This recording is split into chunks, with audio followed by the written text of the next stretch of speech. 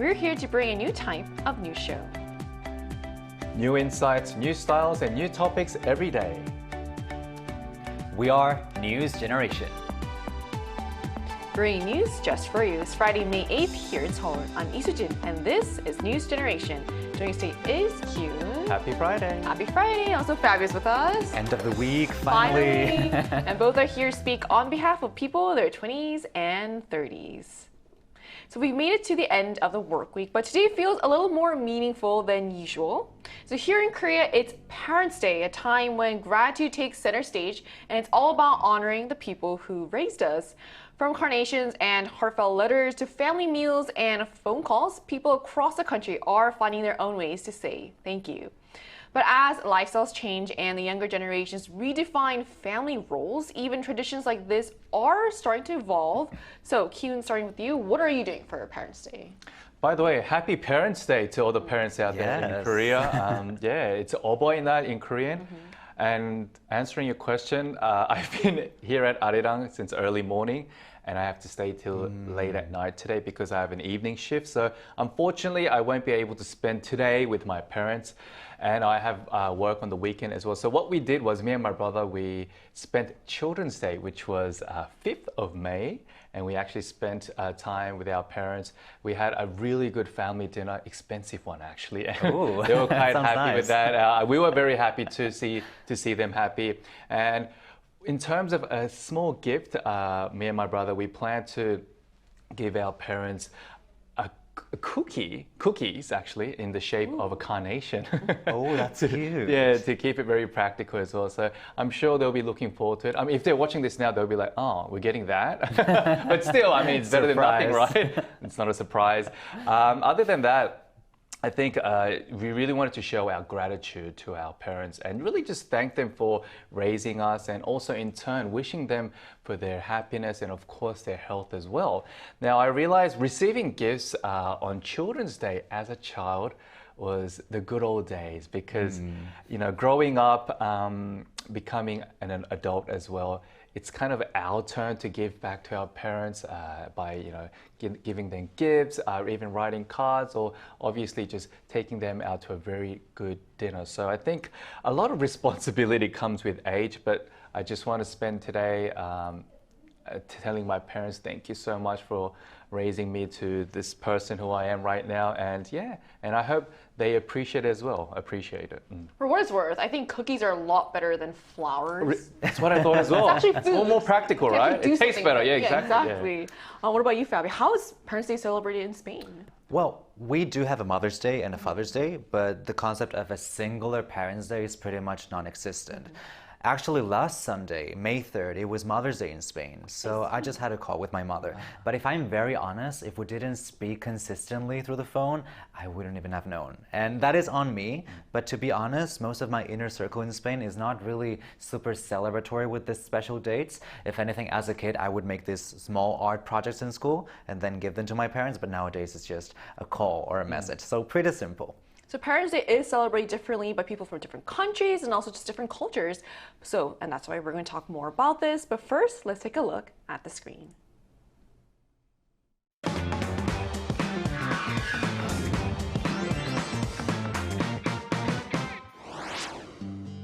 A day dedicated to honoring parents also offers a moment to reflect on how that care is changing and how differently people think it should be done.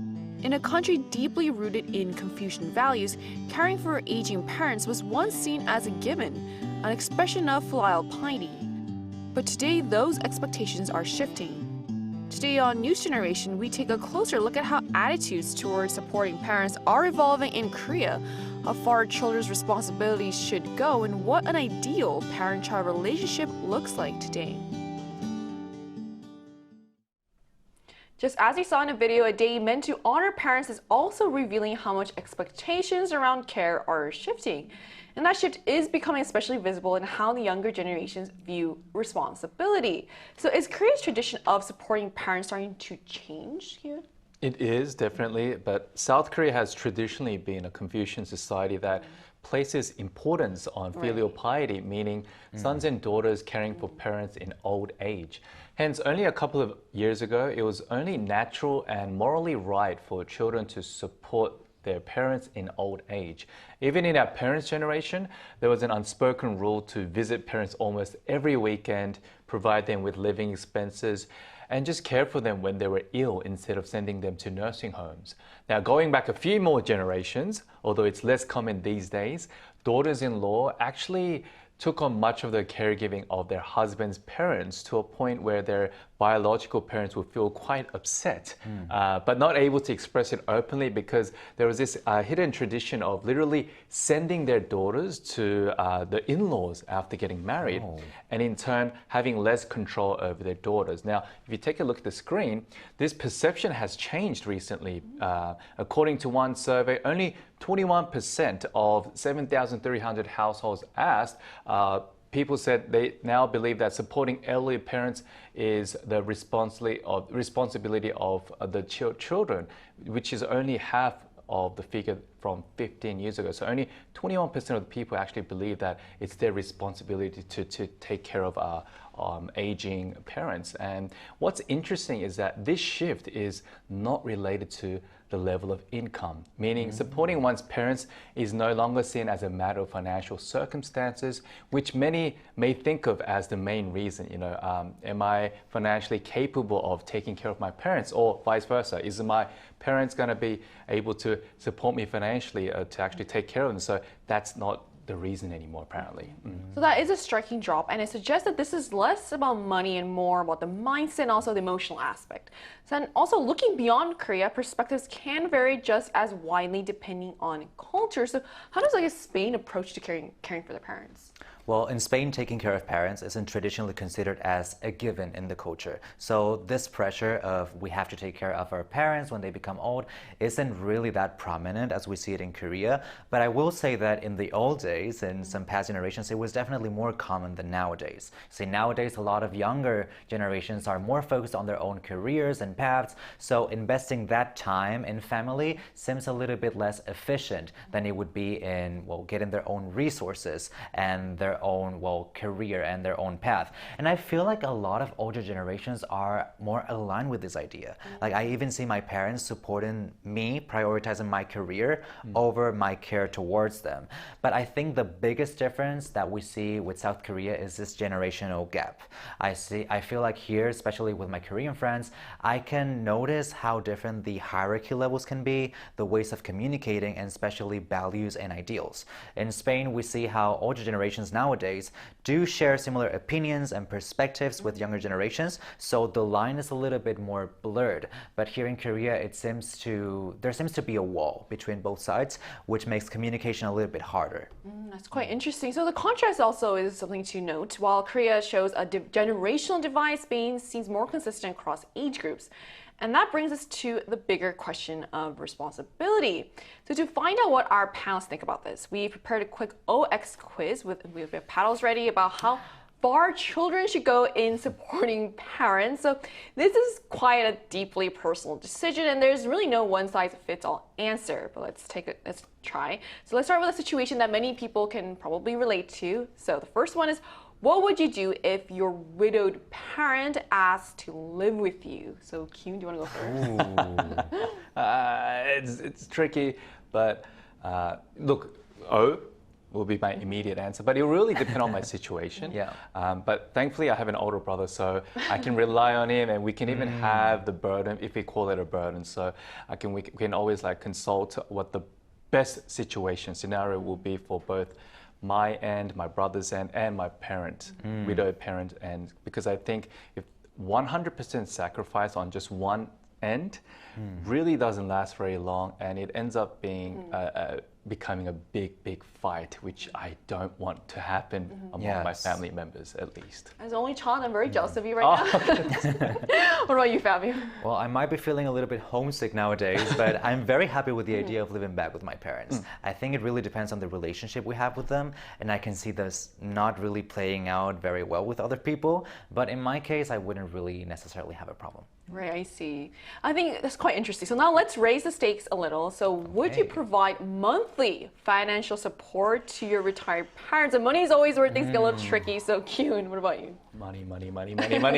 Yes, only because honestly, I've actually been supporting my mom financially for the past 10 years for many different reasons, and with my brother, of course. And we feel this kind of a sense of obligation, but also a sense of appreciation for how much she's gone through raising us. So I think it's the least we can do by actually, showing our kind of thankfulness and appreciation by showing a bit of financial support. And it's been too long to a point where I'm like, oh, it doesn't feel like a burden. It just feels like part of my fixed expenses. So I'm cool with it now. But Dad, if you're listening right now, if you're watching, I'll do the same for you if you were in the same situation. So don't feel upset, okay? That's a great answer. What about you, Fabio? Well, I guess it would just become very unexpected. And because of that, I'm saying no, just because I wouldn't expect that from my parents. So it would seem like a problem of management. So in my case, since I don't expect it in my situation, I wouldn't want to become that burden to my future kids. I think it's all about organizing your lifestyle so that when you're having kids, it doesn't become a problem. But if the situation does happen, I can see that, help coming out. Oh, so your parents don't support you, and so you guys don't, support each other financially anymore? Not really. I feel like financially we are both independent entities right now. But I mean, if the time comes where it isn't like that anymore, then of course I would be prepared. But I would like to be prepared beforehand. Right. If it just comes out of nowhere, then I would be a little bit against it. That's pretty clean. So a clear split here, and then we can see the difference between what people think about responsibility and also personal independence. And things get even more complex when obviously health is involved. So would you consider sending your parent with dementia to a nursing home? And in Korea, there's a stigma around nursing homes. So Definitely. Kyun, So as a Korean, I would say no, even if I weren't a Korean. It wouldn't be an easy decision to send my parents to a hospital or even a nursing home.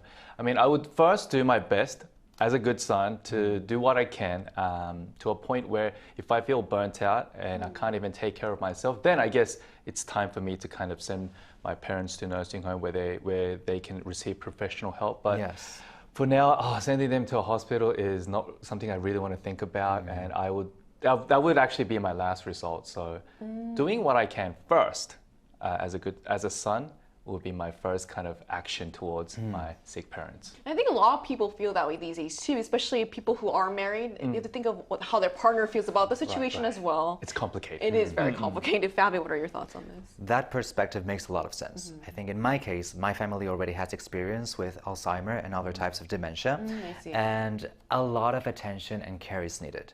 So realistically, it's very hard to invest that much time in taking care of that person, especially when medical help or professional help might even be a little bit more effective. So in most of the situations, taking care of that person might become your main role. And if that's the case, you might have to give up a lot of things in your personal life. Right. So in our case, it didn't really work out and we ended up getting professional help. So that's why I said yes. Sometimes, a health professional is a health professional for a reason. Yes. And that's a real emotional weight to that decision between doing yourself and also trusting professionals. And recently, there's even been a new approach entering the conversation about the role of contracts. So there was one case where a grandfather gave property to his grandsons on the condition they, quote, run errands, but when they cut off contact, the court actually rejected his claim to get it back because the obligation of running errands was too vague to enforce. In contrast, another parent was able to successfully reclaim land given to a son and daughter-in-law after their divorce because the contract clearly stipulated no divorce as a condition, making that legally valid. So going off of this, are familial contracts between parents and children acceptable in your opinion, Kyun? Controversial. This is really But in East Asian countries, it seems more acceptable compared to Western countries. But signing a contract that legally binds parents and children sounds too much like a business context. And I guess personally, I don't like that in family settings. I rather want just pure love, unconditional Yes. love, instead of like signing contracts saying, there's A, B, C's up to Z, on conditions you have to meet. And I don't want to see my parents and myself in the court fighting for whatever, like assets. No, that's just not my thing. Yeah, I mean, family is about the emotional aspects. Right. Well, having it in paper sounds a bit odd. What about you, family? I don't want to see that for myself too, but I can see this play out really well in other cases, especially with close friends that don't have very good relationships with their parents or their families. I can see how a contract can become a band-aid for a big wound. So it might not cure the whole wound, but it might stop the bleeding. So it might be helpful to some extent. Right. Okay. So we talked about our personal thoughts on this, and also to get now a more in-depth and personal perspective, we're actually going to speak with a father of 2 adult children right here in Korea. And that conversation is coming up right after break, so don't go anywhere.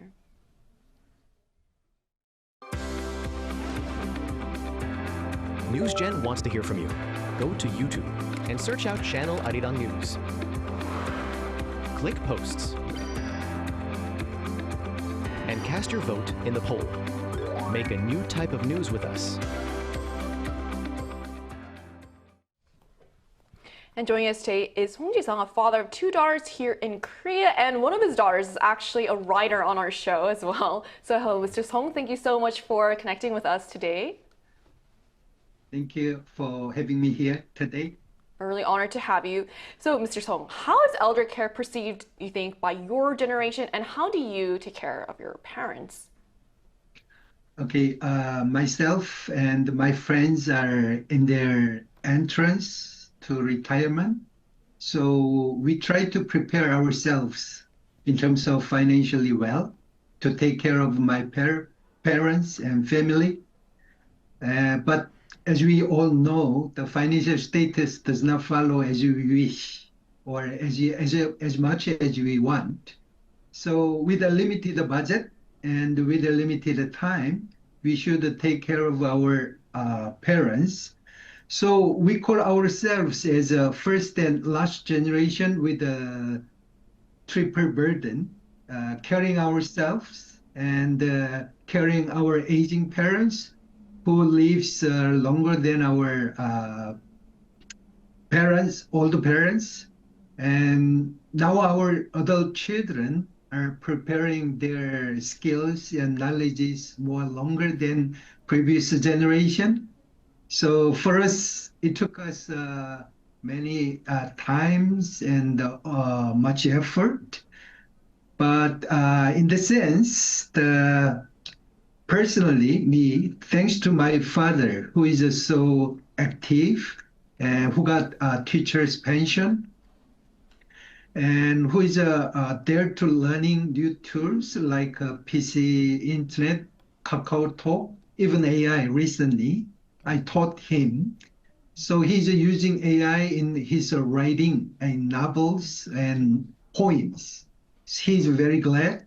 So I'm trying to connect with my parents, physical health sense, as well as kind of a mixing of lifestyle sporter. So personally, I think myself as a seasonal sport for my parents. In the spring, when the cherry blossom out, I visit my parents' house and escort them to the restaurant over teas or nice cafe. That's kind of a way for them to enjoy outside the atmosphere with the young generations. And in the summer, I try to have vacation together with my parents. Minimum 1-2 days out together to nice places. And winter time, year end, we are having kimjang. We call the making kimchi together. It's kind of a family event. I try to put a strong emphasis on that. Let them have a chance to share their knowledge and skills to the family members. And we could also prepare our winter food by the help of our parents. So I'm seasonal spotter with a weekly call to my parents and my mom. In 2 or 3 days, I call. And that's all my way of sporting. Thank you. Okay, thank you, Mr. Song. We are running out of time, so this will be my last question for you. How do you expect your children to support you? Okay. Actually, I'm not a very good son from my parents' perspective. I try to be like that. In Korea, saying the children's our gift and our guest in our life. So we do our best to care them. And while they are seeing what you are doing, they could learn and they could also have a better environment like systematic caring facilities and services. I want to enjoy with them the life-size bottle. Uh, that's kind of my expectation to my children's. And I want to, first, most of all, I want to be financially independent from them. That's kind of my personal goal nowadays. Thank you for asking. I think that was a great answer. I think my own parents can probably relate to you a lot of being kind of like a sandwich generation. Also, yeah, you sound like a great dad as well. So thank you for sharing your insights with us today, Mr. Song.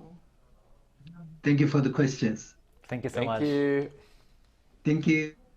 So we just heard from a dad here in Korea on how his generation views elder care, what he expects from his parents as well. So this really gives us a lot to think about when it comes to our own roles and responsibilities. So to close off our discussion today, Kane, how do you want to support your parents?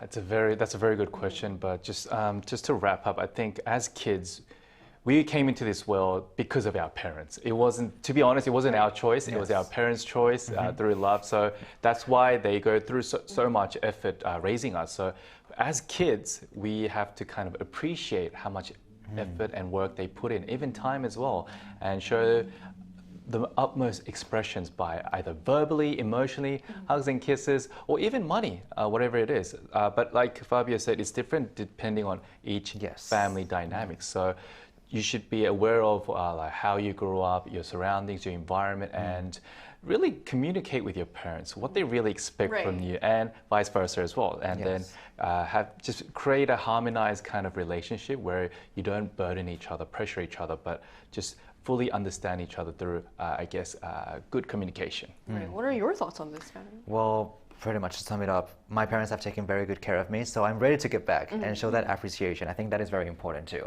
I think we also have to address the elephant in the room right now, which is the fact that one of the problems that we are focusing on right now is the fact that older generations lack attention from younger generations. And that struggle is valid, but we also need to analyze the situation. And most of the time this comes from a problem where older generations don't really understand or value the differences in the new generations, especially when it comes to mentality and moral values. And so when they don't feel accepted, that love sometimes feels a little bit superficial because it's family love, but it doesn't really make you fully comfortable. Without full comfort, that responsibility doesn't go really both ways efficiently. Right. So as Korea's views on family continue to evolve, conversations like this are becoming more important than ever. There may not be one right answer when it comes to supporting parents. Even so, many still seem to agree on one thing: emotional connection really does matter. And maybe that's what defines family in the end, not pressure, but presence. And that brings us to the end of today's episode of News Generation. But News Gen will be back on Monday at 10:30 Korea time with more stories and discussions. A big thanks to Q. Thanks for having me. For coming in. Also Fabio. Happy Parents' Day. And to our viewers, thank you so much for watching. Hopefully your Parents' Day plans involve quality time, not a contract. We are News Generation.